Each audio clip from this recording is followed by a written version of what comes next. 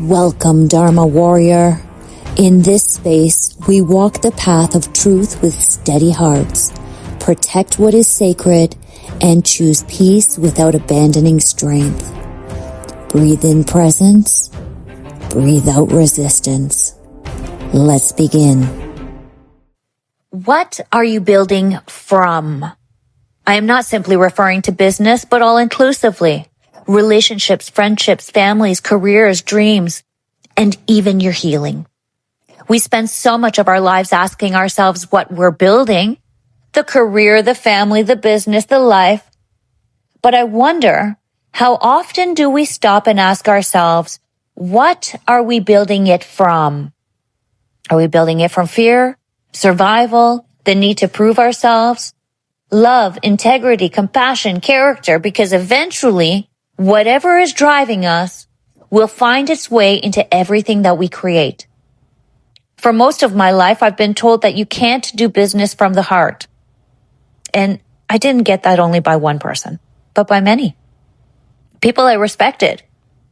People I loved. People who genuinely believed they were giving me good advice. They'd say things like, "Rosie, business is business. You have to think with your head. Oh, you're too trusting." And every single time I felt confused, not offended, but confused. Because I never understood why being a good person and becoming successful had to be mutually exclusive. Why did kindness have to be mistaken for weakness? Why did my compassion have to be viewed as a liability? Why did integrity seem to be treated like something you eventually had to compromise if you wanted to get ahead? I just never understood it. And honestly, part of me still doesn't and simply won't accept that. I don't believe living from the heart means ignoring logic. In fact, I think it's quite the opposite. When you truly care about people, you owe them excellence. If I say I care about a family going through divorce, then I better become exceptional at helping them.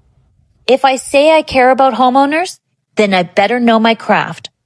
If I say I care about people trusting me with one of the biggest financial decisions of their lives, then I have a responsibility to keep learning, to keep growing, to keep improving, because mediocre service hurts people. People have often told me, "You work too much." Maybe, or maybe I've just never been comfortable settling for mediocrity. Not because I need to be better than somebody else, but because I believe that the people I am serving deserve my very best. I don't look at it like they just hired me. I look at it quite deeper, actually, that they chose me because they know they can trust me and my service. There is a difference. There's thousands of realtors out there that they can choose. And just because the sale was completed doesn't mean it was done well. This is not arrogance, by the way, or an air of entitlement. This observation comes from 25 years in the business and from lived experience. So you see, I think there are two ways people can stay at the top. One, you continue earning your place. You stay curious, you keep learning, you improve, you adapt, you grow. You become so valuable that your position is continually earned. And the other, sadly, is much darker. You protect your position, you manipulate, you silence, you compete through fear instead of competence. You stop growing because your money can hold that position. Or does it? Because eventually the truth will prevail.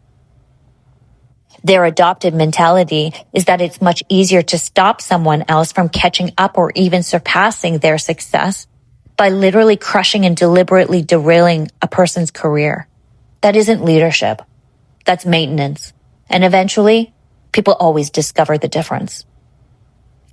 I've experienced both kinds of leaders. I've experienced people whose titles demanded respect, and I've met people whose character earned it.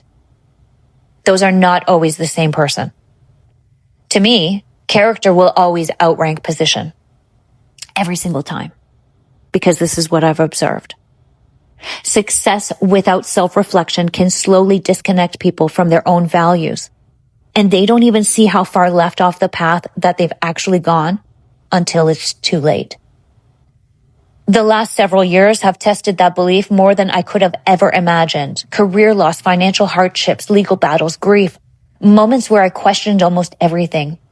There were days when becoming bitter would have been the easiest choice. It would have been understandable. But every difficult season kept asking me the same question. Rosie, who will you decide to become through this experience? Will you become bitter and play the blame game? Or will you simply accept the pain, improve thyself? Because ultimately, losing out because of sore losers would be the biggest shame in the end. So I made my choice and directed my future each and every single day, taking the emphasis off the bully, the circumstance, and focus on me, the only person looking back at me in the mirror, and maintaining that focus onto myself and my own healing, which allowed me to change everything. I don't think all people with major titles and roles, by the way, in an industry became successful because they were initially bad people. I think many started with really good intentions, but somewhere along the way, they stopped protecting their character and started protecting their position. When I left Remax, Rosie Enterprises was born. Literally overnight, I had to change all my branding. It wasn't created because I had some grand business plan. It was created because I refused to stop building. It carried me through one of the hardest seasons of my life. And most recently, Purpose-Driven Realty was born. People may think that I simply changed a name. It goes much deeper. I changed the place where I was building from. Rosie Enterprises was born from survival. Purpose-Driven Realty was born from peace. My vision was able to become clear, not because life became easier, but because I did. Take a look at all the businesses I've created. Divorce Home, because families deserve better support during one of life's hardest transitions. Expired to Sold, because homeowners deserve another opportunity instead of being forgotten. Reno to Profit, because people deserve to know and actually gain the potential sitting right in front of them. Mindset Champions, because our biggest battles often happen silently. Dharma Warriors exist because I believe people deserve to know that they're not walking alone. Every single one of my businesses was born because I saw someone hurting. They're a reflection of me once upon a time. Not because I saw a market. That is the difference. Recently, I also realized something. For years, I believed in cause and effect. Something happens, I react. Cause, effect. Until one day, one word changed everything. Cause and reflect. Instead of asking, what did they do? I started asking, what is this trying to teach me? Reflection doesn't make us passive. Reflection makes us intentional. It gives wisdom a chance to speak before emotion grabs the microphone, which is actually coincidentally why this episode took me quite some time to record. And it's my longest episode to date. I've stopped trying to understand why everyone else behaves the way that they do. Honestly, that's their lesson, their business. Mine is simply choosing the opportunity to become the best version of me possible because of it. Each and every single day I choose me in a path of integrity.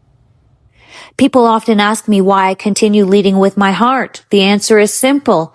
Because if I have to sacrifice my integrity to become successful, I don't want it.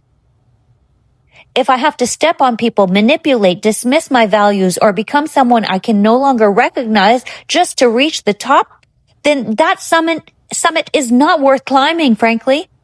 I'd rather spend a life earning trust than demanding it. I'd rather continue learning than protecting my position by paying for it. I'd rather build something slowly with integrity than quickly without it. Because no title, no amount of money, no level of influence can ever replace the ability to look in the mirror and respect that person looking back. So today, I don't want to ask you, what are you building? I want to ask you, where are you building it from? Because whatever is driving you today will eventually become the culture of your family, your business, ultimately the legacy you leave behind. So build with your head. Yes, absolutely. Learn, grow, become exceptional. But never let your head convince your heart to ever sit down.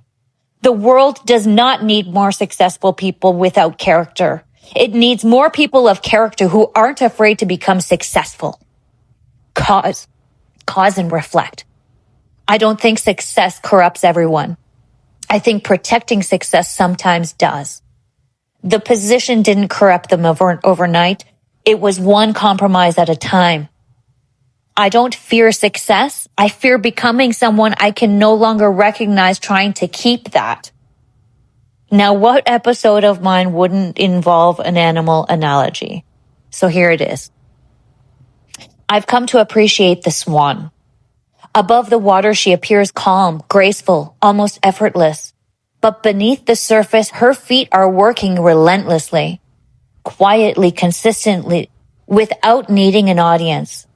I think real excellence looks much the same. We admire the finished product, the successful business, the confident leader, the peaceful person. But what we rarely see is the unseen work beneath the surface. The studying, the failures, the self-reflection, the difficult conversations, the countless hours spent improving when nobody was watching or even caring.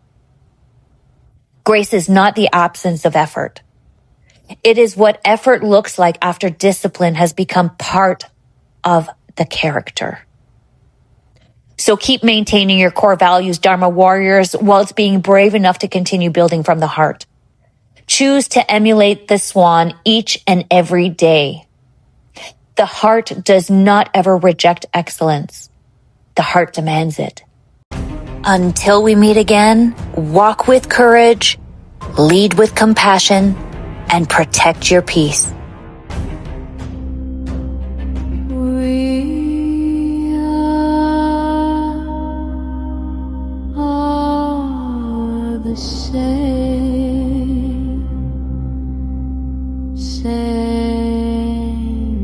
but different.